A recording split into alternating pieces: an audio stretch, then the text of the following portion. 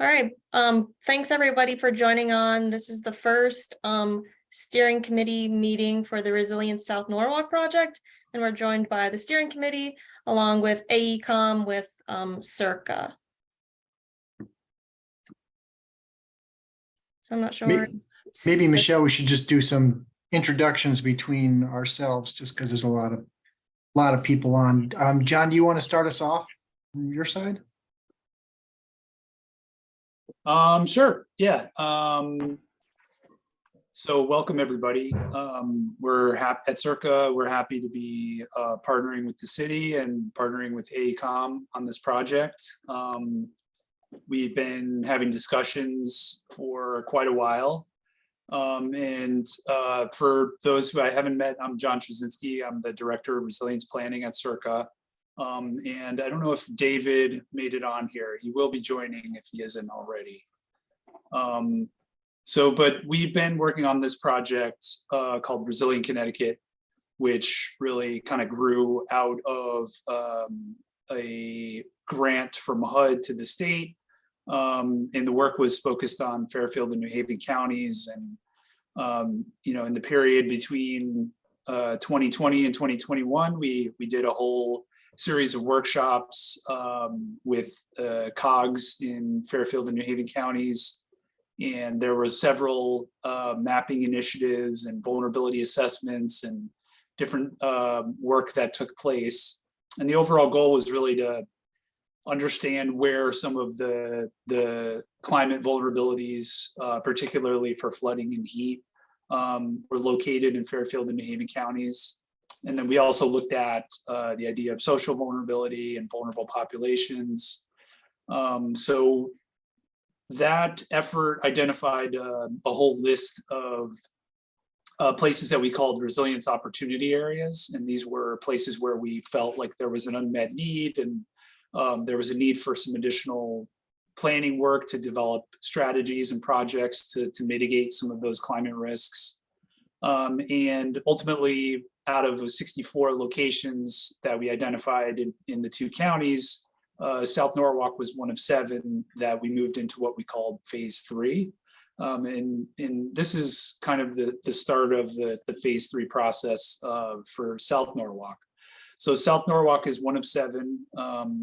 And I'm not going to go into detail about the other 6 of them, but we're excited to be working in this area, and we'll get into some of the challenges that we identified during that process, in which the scope for this project is focused. But that's kind of the overview of why we're here. And I think I will. David, are you on? Nope, he's not on yet. Okay, so I'll just pass it over to our colleagues at AECOM to kick us off from here. Sure. Michelle, I don't know if we want to go around and just introduce each other so that we know who's on the call, and then we can come back. But I'm Lorraine Black. I am a registered landscape architect, and I lead the Landscape Architecture and Urbanism New England studio for AECOM, and I am the project manager for the project. And I am joined by Jeffrey Morrison-Logan. Hey everyone, Jeffrey Morrison-Logan. I'll be the lead urban planner and community outreach person working closely with Lorraine over here at AECOM. Super delighted to join the call this afternoon and talk about South Norwalk as well. So with that, Lorraine, maybe we go back up a slide and we'll talk about the folks that are on the phone. I know everyone might not be on this list, but maybe Steve, if you want to get us started, we can go down and do some quick introductions, would be great. Sure. Steve Kleppen with Planning and Zoning, and sorry, I messed your slide order up from the start. No worries. We're flexible. Michelle Anjeski, Senior Planner, Planning and Zoning. Alexis Caricetti, Senior Environmental Officer and Assistant Director of Planning and Zoning. Hi, Louise Washer. I'm with the Mayor's Water Quality Committee and the Norwalk River Watershed Association. Hi, I'm Lisa Shanahan. I'm a Common Council member representing District E. I'm also chair of the Ad Hoc Sustainability and Resilience Committee and the Ordinance Committee. Hey there, Nick Cantor on Planning and Zoning Commissioner. Hi, Catherine Knight Salshop. I am with the Conservation Commission. Hi, I'm Alan Hughes, CEO and General Manager of South Norwalk Electric and Water Company.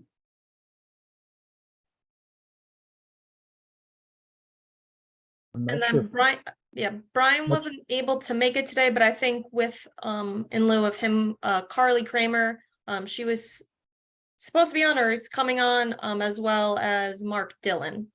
I'm on Carly Kramer Redevelopment Agency, and Brian is joining. He's just having a little trouble getting on right now. Yes, and Mark Dillon, Development Manager, Norwalk Redevelopment. Michelle DeLuca, Deputy Director of Emergency Management, which is part of the fire department. Robert Stowers, I'm the Director of Recreation and Parks for Norwalk. Vanessa Valadares, Chief of Operations and Public Works. You're gonna have to update that slide too, because she's not, I think the title, she's the big chief now. True. Oh, we'll take care of that. And Jess Bonashek here, Chief of Economic Community Development. Thanks for those introductions. That's helpful to know who's on the call. Looking forward to a great working relationship. So, Lorraine, you want to get us started? Absolutely.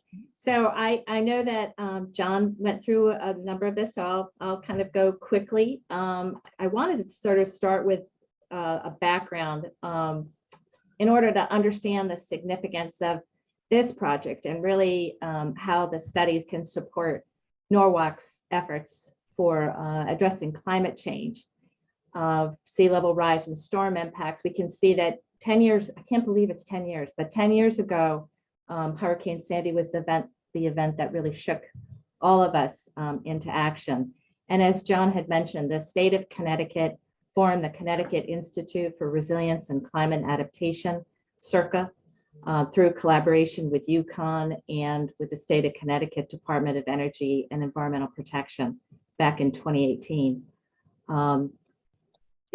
Resilient Connecticut is one of the programs undertaken by CIRCA, and it focuses on the coordination and collaboration between government agencies, municipalities, utility companies, business communities, and residents to look at plans in New Haven and Fairfield counties to guide adaptation strategies and for planning.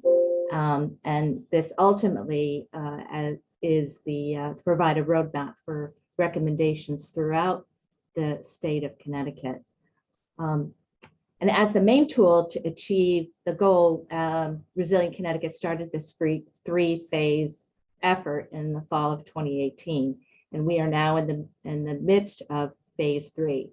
Next slide, please. Next slide. Thank you.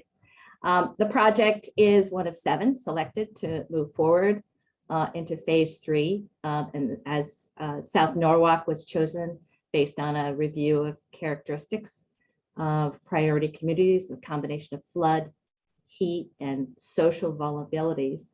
The focus study components within South Norwalk are flood mitigation, and we're kind of looking at Water Street, Day Street, and Concord Street area. Egress and evacuation corridors for Woodward Avenue and Meadow Street, and throughout the study area looking at heat island mitigation. Next. Our project objectives are really under the Resilient Connecticut's guiding principles. We have four objectives. The first, of course, is to mitigate the impacts of climate change in the South Norwalk neighborhood. And it really reaching out to community, to stakeholders, and understand what the priorities are that drives this selection and determines what we're looking at for the projects. And then that'll bring us to designing adaptation strategies and some designs. And of course, to achieve success, the implementation strategies really need to be realistic and doable, so that we can work with the city to make that happen. So this is our study area. Again, it's focused on several of the corridors And we've subdivided the area, this into 3 zones.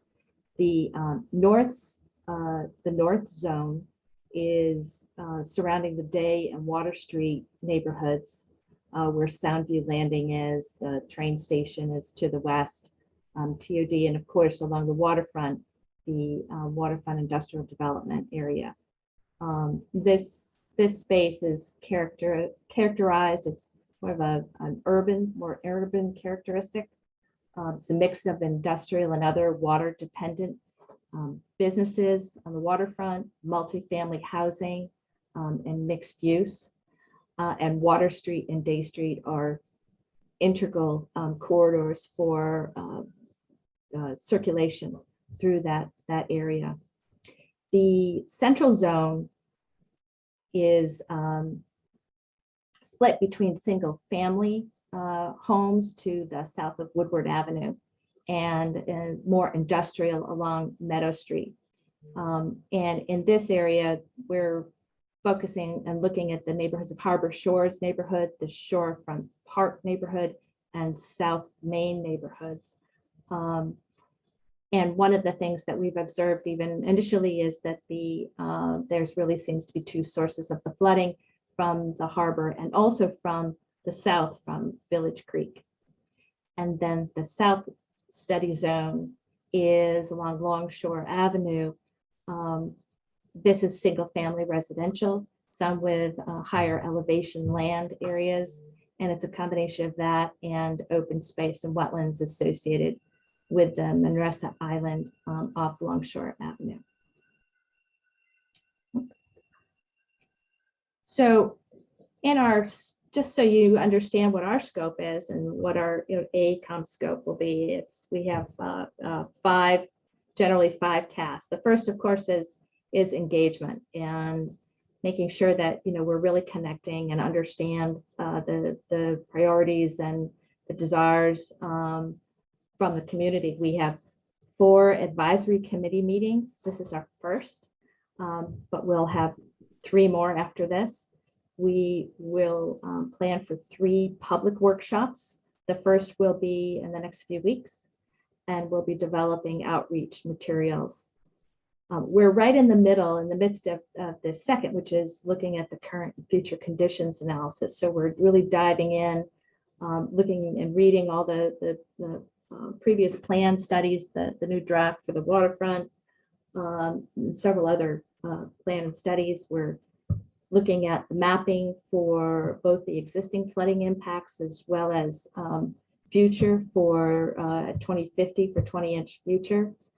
And we're going to be looking at how those impact the roadways and the drainage infrastructures. And then, as we'll see in a couple of slides, the heat island within a vulnerable neighborhood communities, the heat island maps really show that the whole study area will have to be considering mitigation for that. Our next task is going to be looking at what those alternative options would be and some concept design. So that will be the next thing that we move towards. And then we're also, of course, looking at cost benefits. So our final goal at the end of May is to produce a final report, which is going to be a great tool for the city that will have all of that information with, of course, suggested funding sources and timelines and some information about permitting. And here we are in the schedule. So we have an accelerated schedule. Our end report is due the end of May. As you see with the bright red arrow, we are about the first third of the effort. We're about to transition into looking at concepts.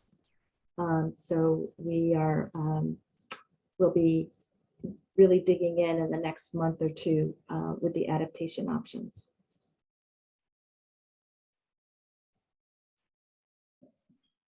So as we've been moving through this in the last couple of months, we've been sort of making a list, and I've got a list of these issues and opportunities that we've been putting together.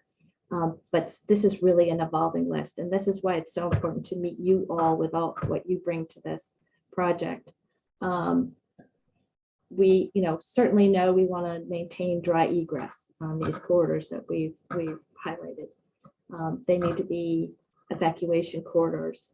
We're going to be looking at more detailed site-specific flood mitigation issues.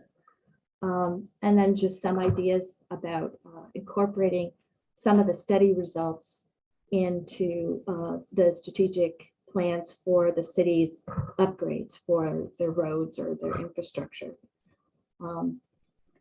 Consider possibly land use changes through future buyout or acquisitions when you think about areas that are highly subjected to flooding. Certainly expanding the urban tree canopy program that you already have going, and also possibly looking at overlay districts. So these are just kind of running lists that, as we've been moving through, we've been keeping a record of. But this will expand and contract as we start to talk to everybody. We do have some initial maps that we wanted to show you. So this is a 100-year storm with no sea level rise added to it, but it really gives you, similar to the map that we showed on that Sandy impact. And as you all know more intimately than we do, these are the areas that will be tending to flood. We've kind of highlighted in the red circles areas that we can see through a whole slew of maps, the areas that seem to be most highly impacted for flood surrounding those corridors. So we already kind of targeting in on spaces. We've also looked at what the existing urban tree canopy is, and this is just using the iTree app, but it starts to give us information that intuitively we know.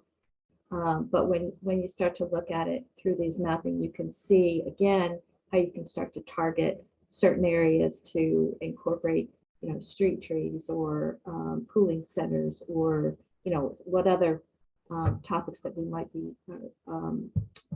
techniques that we'll be looking at for addressing heat. Lorraine, it's Vanessa. Back to the trees. This tree particularly, we ended up targeting more of the South Norwalk area, and we planted within the city 211 trees. Do you think that I should also send you the location of those trees, because we had a little few around the MLK corridor, and so maybe I can send you those, and you can at least, they are not very mature trees, we just plant them, but I don't know if that will make a change as well, so it will be more accurate. Okay, yeah, no, that would be wonderful. Any material that would add to this so that we can put that into our evaluation is going to be tremendously helpful. Appreciate that.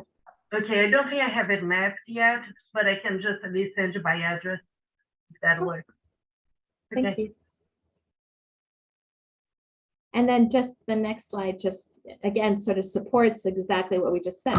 This is the land temperature change, and we can see the deeper red they coincide, of course, with the areas that lack the urban canopy.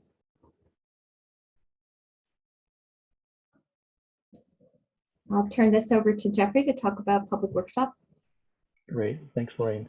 Yeah, so as you can see through what Lorraine has presented, there's many different perspectives that the study is going to look at these different focus areas and study areas. Key to our process was the 3 public workshops that Lorraine mentioned.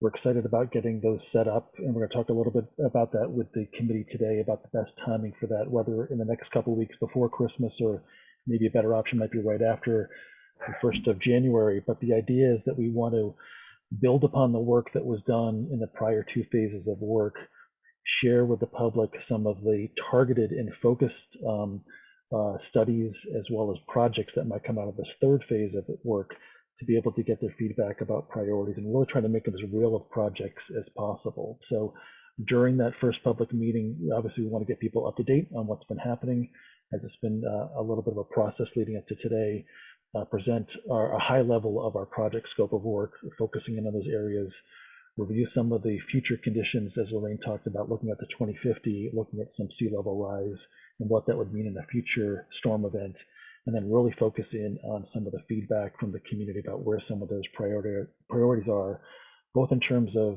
the resiliency measures, but also the heat island effect and the tree canopy. So it's a very holistic approach towards solving these kind of planning solutions for the future. And as I know, as our team has gotten ready over the last couple of months, thinking about these issues and diving through the different data, it's been interesting to really start to think about how the problem to be solved is not always the same on every single one of these corridors. So what might be one solution up in the north versus the south might be dramatically different. So really trying to tease out what's going to work in each of these sub areas and get that information back. So we'll come back to this in a little bit, but that first public meeting will set the stage. The second public meeting really will be about alternatives. And the third is really going to be locking into those key recommendations with some, concepts in place and with some budgets in place for these as well. In terms of next steps, Lorraine, you want to forecast where we're going immediately over the next month or two? Sure. So, as we've mentioned, we're busy getting ready for the public workshop that will be coming up in a few weeks or a couple of weeks. And we're wrapping up the conditions analysis and looking at, again, some of the work. Michelle and I have been working with the DPW to get some information so that we can get some more accurate elevations at some of the drainage structures.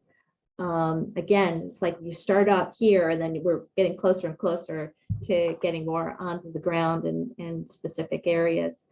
And then certainly at the end of this phase, we'll prepare a memorandum that sort of gives a summary of the current and future. And it's I would say we're already starting task 4. It's kind of blends from one to the next. So, but then we'll be quickly going into the next phase. So that's our introduction, and we are very excited to, each one of you brings information about this to help us and understand, again, boots on ground, the issues that you see in this area of South Norwalk. So we're very excited to hear your thoughts and anything that you'd like to share.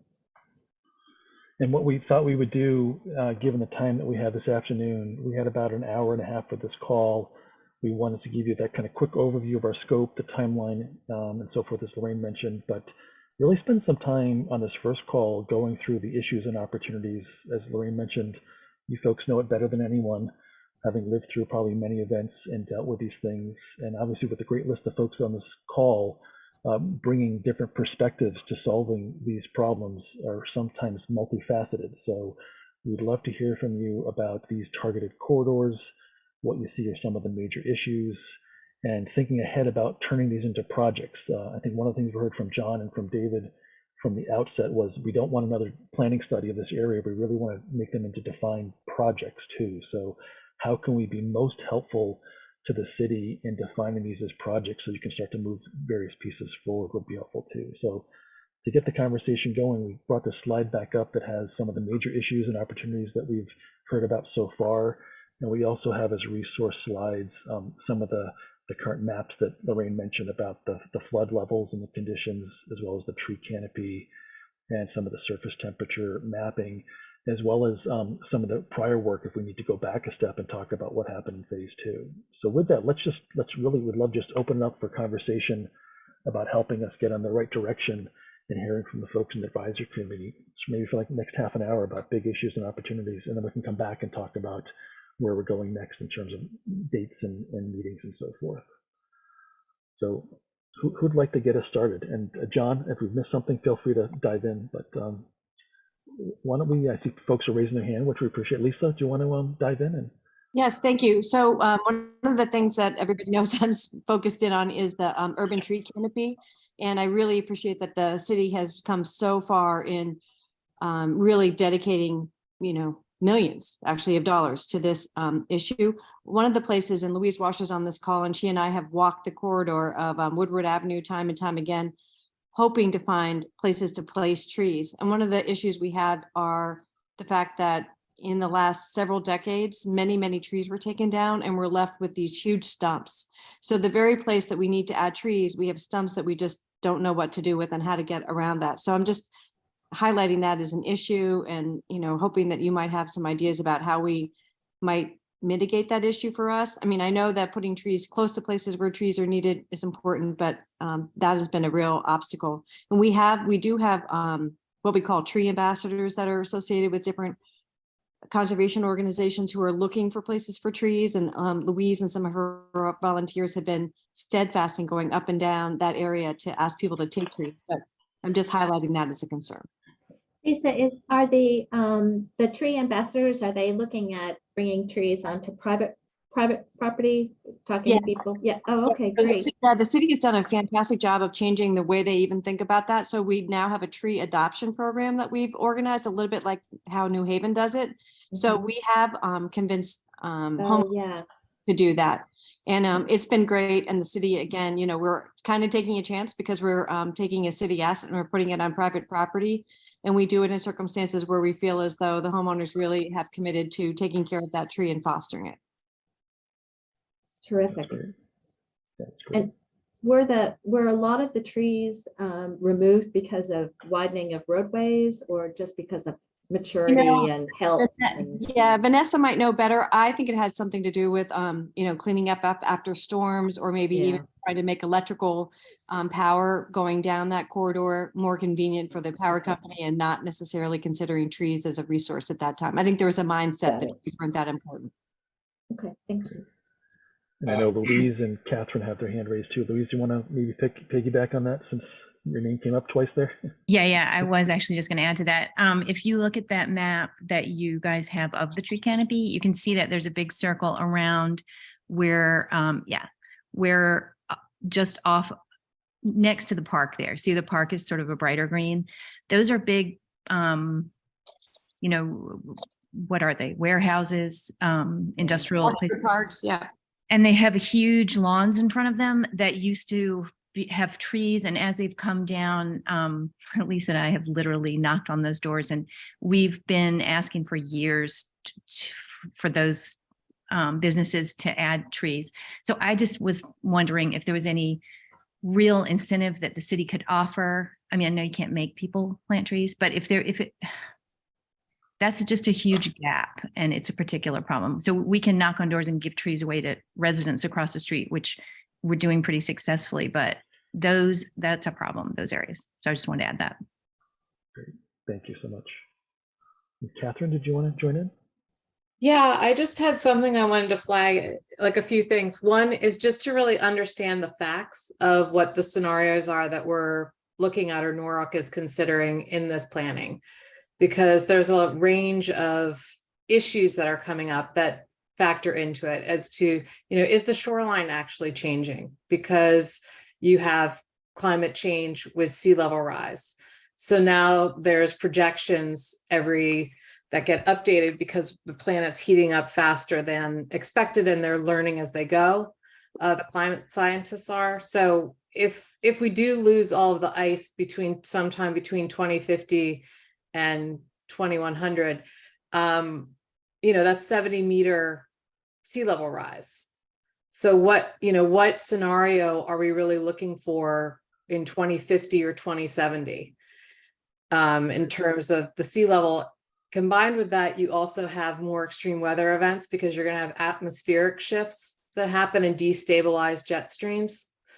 So you're going to have superstorms. You're going to have different tidal ranges that happen. So, I mean, we've already seen that with king tides are now the norm is 9-foot, 10-foot tidal ranges.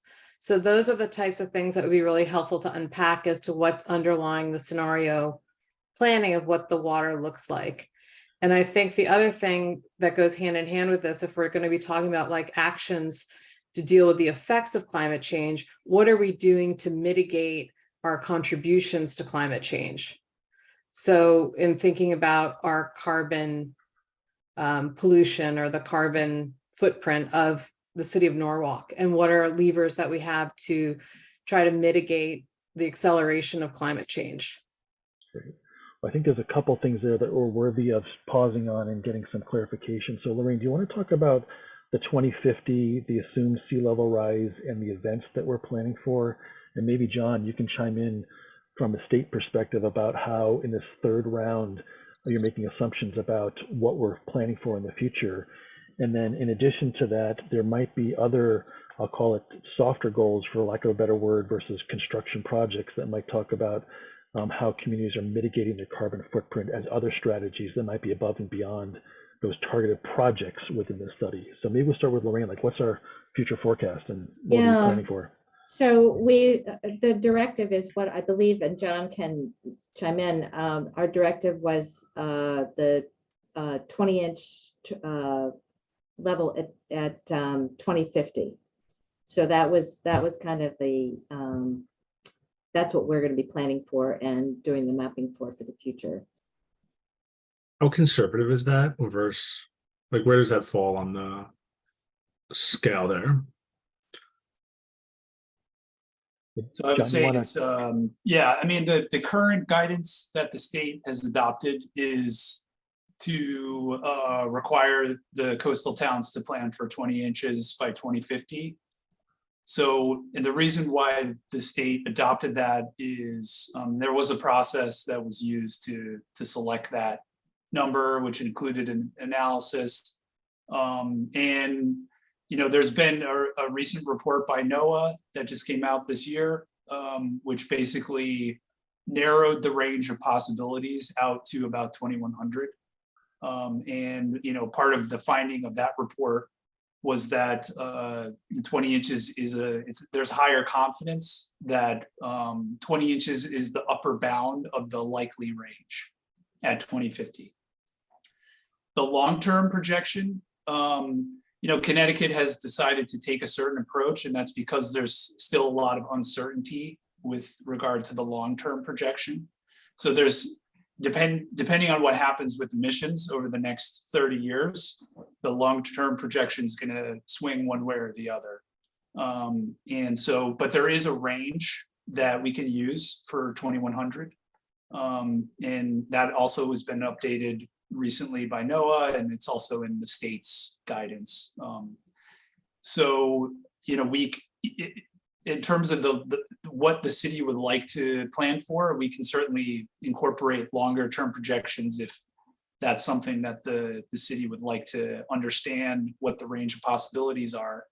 I think our strategy has been to push for what we have confidence that we know, and then update the projections every 5 years. So that's kind of what we're working with. What is the 2100 number? So the likely range at 2100 is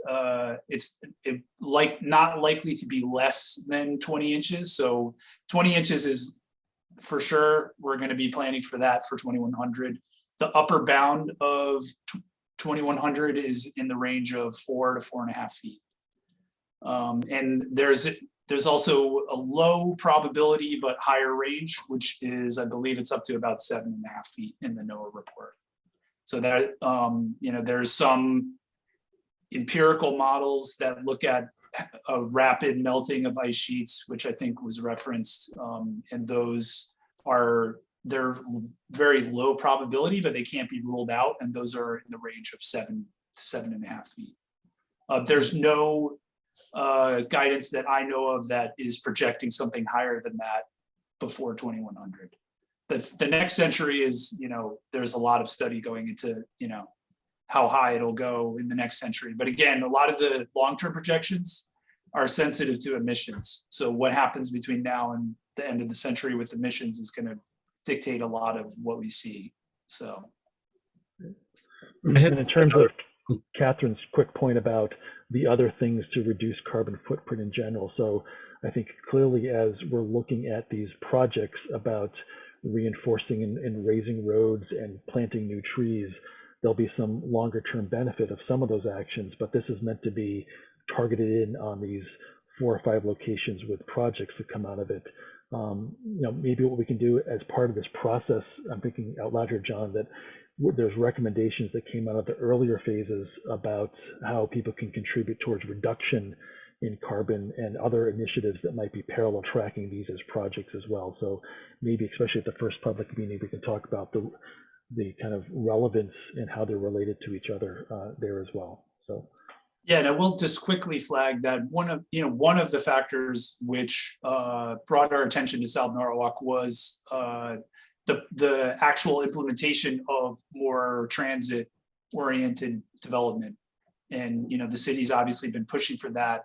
That's a way for towns in the state to try to reduce the carbon intensity and the energy intensity of their development, is to really focus around the transit system and build on that as a model going forward. So any way we can incorporate mitigation and reduction of emissions into the projects, I think is a real strong goal as well. Great.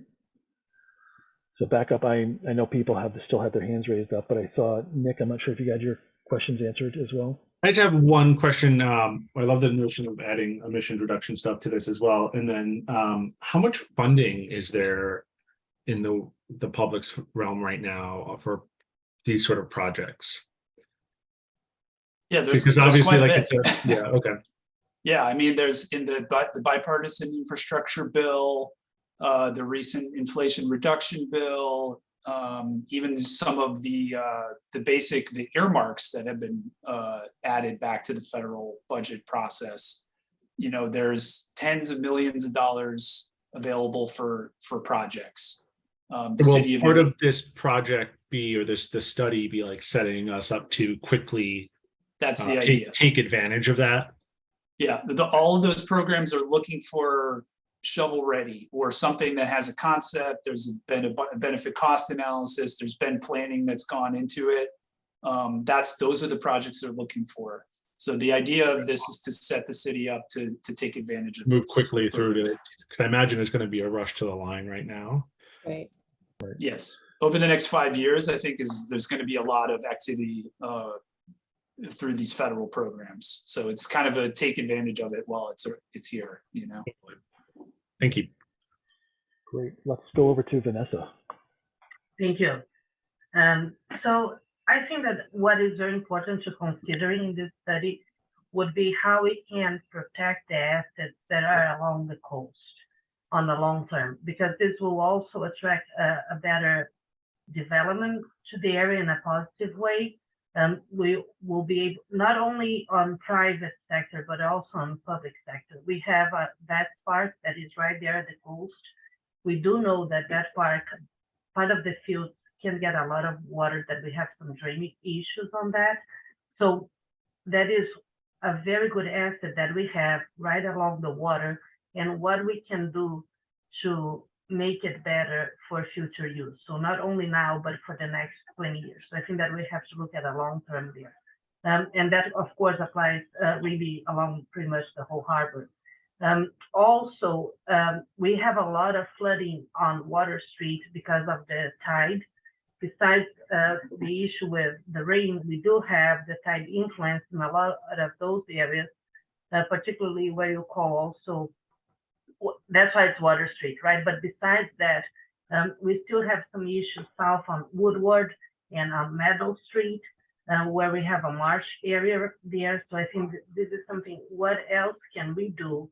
And it should be maybe on a very large scale, those type of projects. We did Day Street where we changed the elevation of the road. And then the good thing about that project is that we could have a private development, put those buildings now out of what it would be the flooding zone. So I think that will be extremely attractive to the area and to develop part of South Norwalk. So I think that for me, I think that is the biggest thing from the city side, that we should see what we can do to really improve the infrastructure, what needs to be changed, that we can use some of those big funds that are available now and be able to still use that area in a long term. That's great. Yeah, and Lorraine and I have had the chance to walk along Day Street and frankly, the whole study area. And it's fascinating to see how you've been able to move up that road probably by 6 or 7 feet, and what that's done for front doors and entrances and parking and the ability to evacuate out there as well as one model.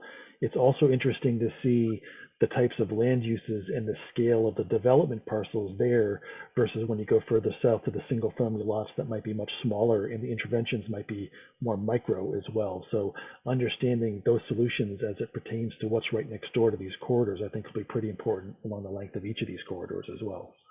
And sometimes the solution can be even acquire some of those properties and make it as open space, you know, knowing that unfortunately we cannot take them out of the flooding area, but, you know, they can be used for the public, you know, but we're not going to have any damages to the property. So I think that's kind of something that should be considered in the study as well. Great. And let's go to Michelle DeLuca. Great, thank you. And I guess I've got two thoughts.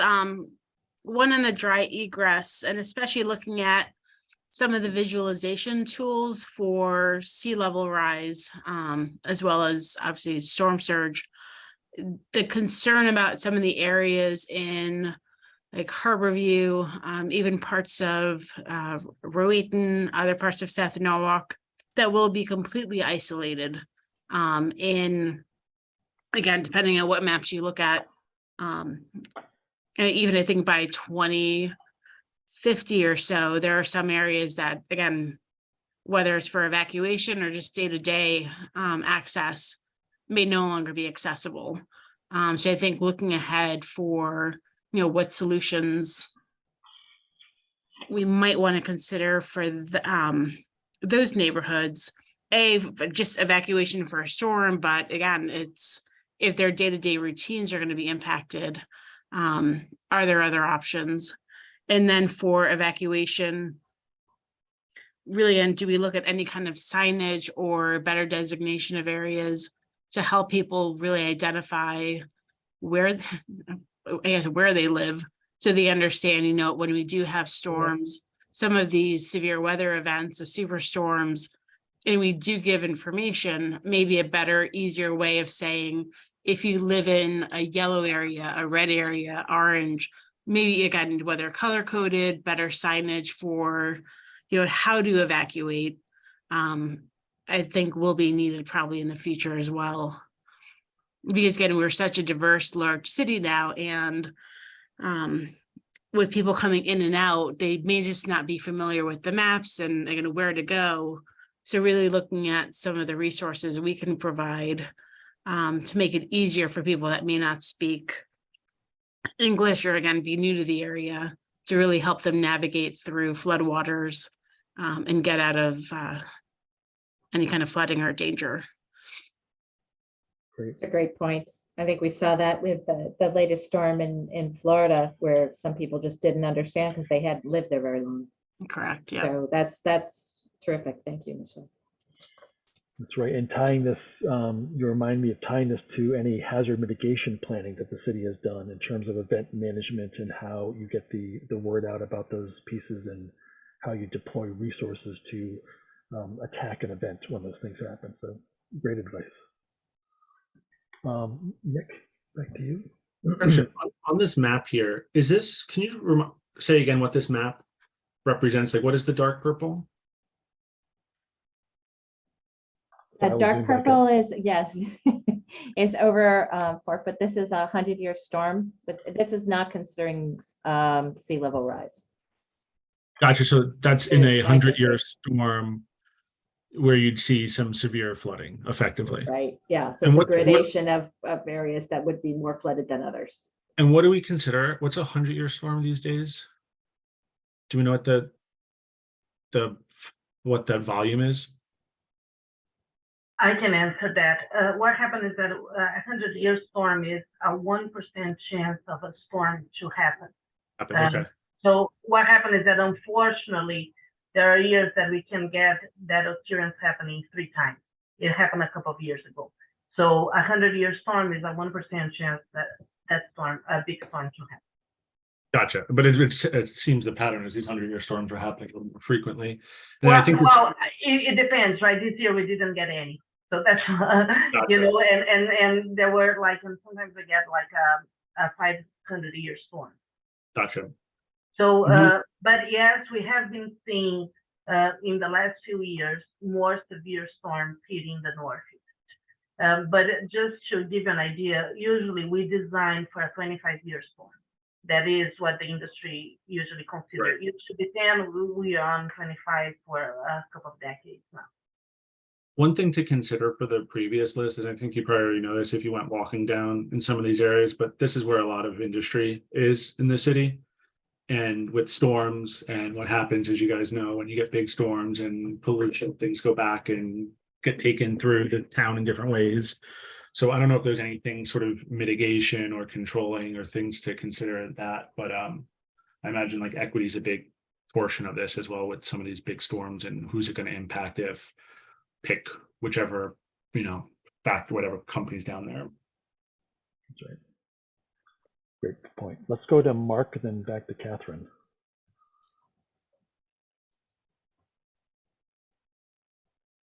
Mark, I think you're on mute if you want to join the conversation. All right, let's go to Catherine. Maybe Mark's trying to, oh, did you find your mute button there, Mark? Oh, I'm listed as Mark. This is Brian Bedoli. Oh, hey, Brian. How are you? Hey, Jeff. How you been? Long time no see. Yes, likewise. Doing well. Good, good. Sorry, I don't know why it's coming up as You're showing up as Mark, but Oh, that's well, okay. Go ahead, Brian. anything I say is his responsibility now. So yeah, I just wanted to I'm not sure if you've already incorporated it, but and you're aware, but we've been working with the city. We hosted a community resilience building workshop a few months back where we got together pretty much everyone in this room and, you know, all the King's horses and all the King's men to talk about these things and inventory a lot of projects and concerns and constraints within the context of vulnerabilities as we're talking today. So I have that report I could send you, which I think is a good inventory. Yeah, I think it'll give you a jump start to the work you're doing to get acclimated at least. Yeah. That would be great. But yeah, I think, and just echoing a point, I just really focus on the social aspects too, because I think the areas that you have, you know, highlighted here are obviously unique from a tale of two cities perspective, from an economically disadvantaged perspective. So I think just putting a focus on that can really tell a strong story about Norwalk for the state and federal, you know, partners that you're all working with. Great, love it. Excellent. Thanks for that, Brian. And we look forward to getting that report. We'd love to see what you guys have already strategized on and where you think the focus should be. So that sounds wonderful. That will send it. Thank you. Catherine, back to you. Hi, thank you. I just wanted to know, do we have a map that shows the 20-inch sea level rise that's kind of the standard for planning for 2050, and then layered onto that the 100-year storm and what that looks like? Because that would be very helpful to see how that compares with no sea level rise. Yeah, we have a lot of maps that show all the different variations, and we'll be pulling all that together, and we'll have that certainly for the public workshop. And I know it was mentioned before, but I do think that it's worthwhile to the extent that, you know, this is, you know, what goes into the planning and the money involved in developing the plans and mitigating against climate change. You know, I do feel equal, if not more, should be done on the carbon emissions issue, because, you know, that's the biggest lever that we have to try to mitigate climate change, rather than putting a lot of focus onto reacting to it. I think we equally have to react to it, but we also need to mitigate. Great. Super helpful. Catherine, would you consider, you know, expanding like bike lanes and such, bike routes within the corridor? Yeah, I mean, I think that that's something that could be looked at. I mean, I don't know what the needs are, what's driving kind of what the carbon emissions, you know, large contributors are for Norwalk, but, you know, I think it would be helpful to understand, you know, what are some of the levers that they have for reducing carbon emissions. Great. Thank you. I'll just add one quick thing, that Norwalk, like a lot of the Connecticut coast, has this this sort of pattern of the low spots that flood are kind of the low spots that flood, and then the elevation goes up pretty quickly. So when, you know, you can really crank up the level of flooding in a lot of places, and I think South Norwalk is one of them. Basically, the floodplain that you see here is the places that flood, and as sea level goes up, what happens is the depth of the water in that floodplain gets deeper, but the extent of the floodplain doesn't change dramatically. And that's just that there's low elevation spots within the city, and then there's high elevation spots like right next to them. And it's more of kind of the frequency changes, you get more flooding, and then when you do get flooding, it's deeper. But the purple areas here is kind of, you know, this is the floodplain going forward for the most part. Does that check out if you add the 20-inch rise? It does, yeah. I think you have to really get up into the, say, you know, 20 to 30 foot range before you start to see like a dramatic change in the extent of the floodplain. Oh, that's interesting. Yeah, a lot of the Connecticut coast is like that. Not every place, you know, there are some really flat areas, but for the most part, those floodplains are kind of, you know, whether it's sandy or whether it's you add sea level rise to it, it's still the same area, it just gets deeper. And probably the frequency would go up in terms of the flooding Exactly. as well. But yeah, we noticed that too in the initial mapping that Lorraine and I have looked at, that 20-inch rise. It really doesn't change the boundary that much, just the depth of the No. water and probably the frequency as well. It was Exactly. surprising. Yeah. Right.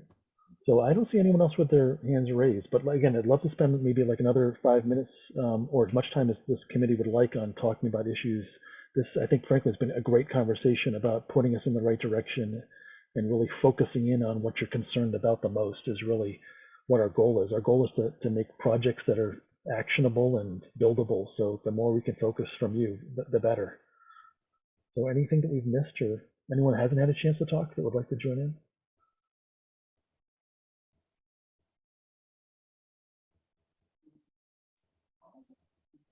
All right, well, again, this is just the beginning of multiple meetings with this committee, and we're excited about jumping in and planning for the next couple events with you. Maureen, maybe we can talk about, you know, the advisory committee in general. Obviously, as we get some of the technical work, we're going to want to share that with the committee. You want to talk a little bit about the next couple of meetings? Well, I was going to say that certainly, you know, we can make sure that you have our contact information, and after this meeting, as things come up, or you may have, you know, thought of something else, please feel free to reach out to me and to Jeffrey, or, you know, and let us know, and we can certainly incorporate that. I think that for the next meetings, we have them associated with milestones. So we'll be looking at the draft of some of the options that we'll be coming up with for the next, for I believe the second one. And then we have the schedule. Thanks. Yeah, and then we've got, and certainly when we get into finalizing everything towards the end, we do have the advisory committee scheduled for back-to-back for closer, like March and April at the end. We assume that there'll be a lot more conversations as we finalize and tighten things up. Let's talk maybe a little bit about the public meeting. We had checked several folks' calendars prior to this call today, and we were targeting, I think it was the 15th of December as a potential date for the first public meeting. And knowing that the holidays are upon us, we thought maybe a better date might be just waiting to the week after the new year, just in terms of advertising and those things, to try to maximize the turnout. So more people focused once we get to the other side of so Lorraine, December. the dates were, what were we thinking? I think it was the 1st and 5th. 2nd, 3rd. I think it was the 5th and the 12th were the two first Thursdays. The 5th and the 12th of January. Of January, I believe. We wanted to focus on Thursday evenings, which I think, Michelle, we had talked about, that worked for the city's schedule. Yeah, that might be bad night. The first Thursday of the month is the ECD Committee of Council. Okay, So that's a group that's definitely would be interested in some of this anyway. I didn't look at that Tuesday or Wednesday prior to see what is going on that one. We can do that pretty quickly. yeah, because that would be like right after, is Monday's the holiday, right? For New Yes, Year's. I think that even that first week of January, maybe some people are not going to be back because we have the Monday off, right? It's the New Year's Day celebration. But then it starts a lot of the meetings. And then I think the 9th and the 10th, 9 at night is also not too good because it's a caucus on that. The first Thursday is also Water Quality Committee and Shellfish Commission. I don't know if that. But that will be on the 5th. That's the On the first 5th, week. exactly. Yeah. So What perhaps- about the 4th?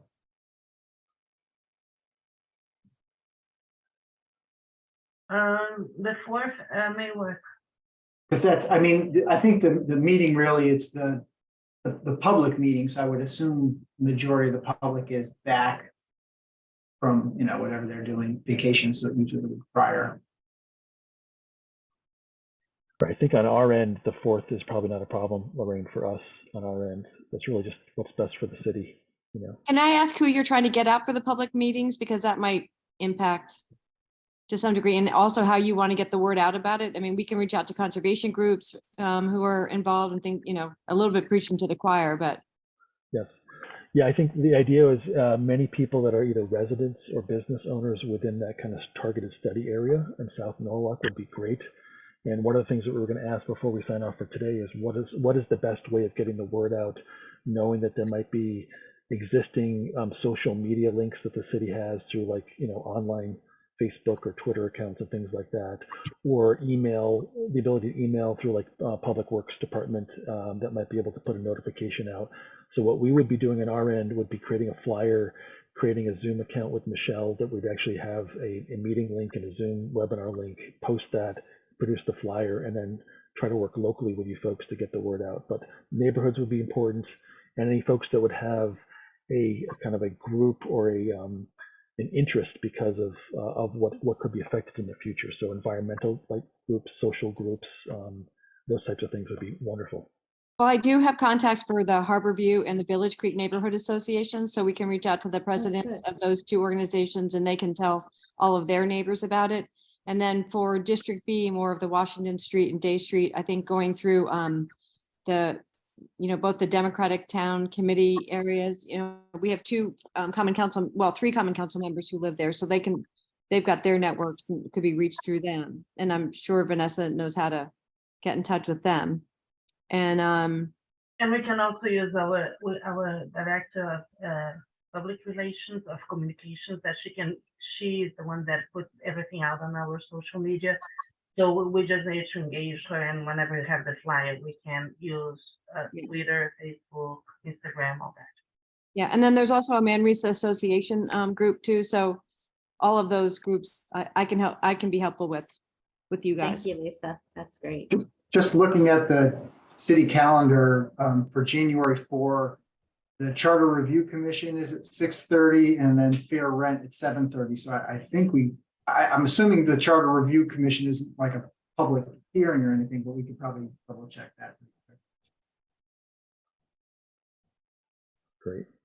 So could we leave it that if we were to work with Michelle to confirm the 4th, as well as the outlets in terms of reaching those stakeholder groups, and then over the next couple of days, we'll produce that flyer together if there's no conflicts with that date to be able to start getting the word out as early as next week? Does that sound like okay as an action item? And if there's a conflict with that date, we'll obviously circle back with this group to try to pick a different date. Does that sound okay? Yes. If we needed a backup, I think we mentioned that the following week was pretty open. I think Steve had mentioned something about that's the week of the 9th. So, okay.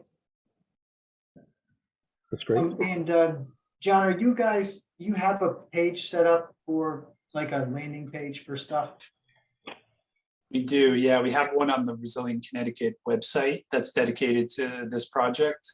So we're happy to host any materials there, and then you can link to it. however you want to do it. Okay, sounds good. Yeah, we would probably add that to the flyer too, just so people can learn Yeah. a little bit more about what the state's doing as well. Great. Sounds good. Okay, well, Lorraine, anything else that you wanted to make sure we touched on for today? No, I think we've hit everything and then some. So I really, again, I want to extend my sincere thank you, and I'm very happy to meet you all. And we're looking forward to spending a lot of time the next few months putting this Nick has together. his hand up. I just have one more question or suggestion question. If I would love it if you guys are, as we're going through this, are willing to push the envelope on some of the ideas. Like, I just ask that you guys don't hold back. Like, let's go bold. Let's go, they may not happen, but I'd love to see the range versus the just like safe middle of the road sort of thing. Cause I don't think the safe middle of the road is actually going to get us to where we actually need to be.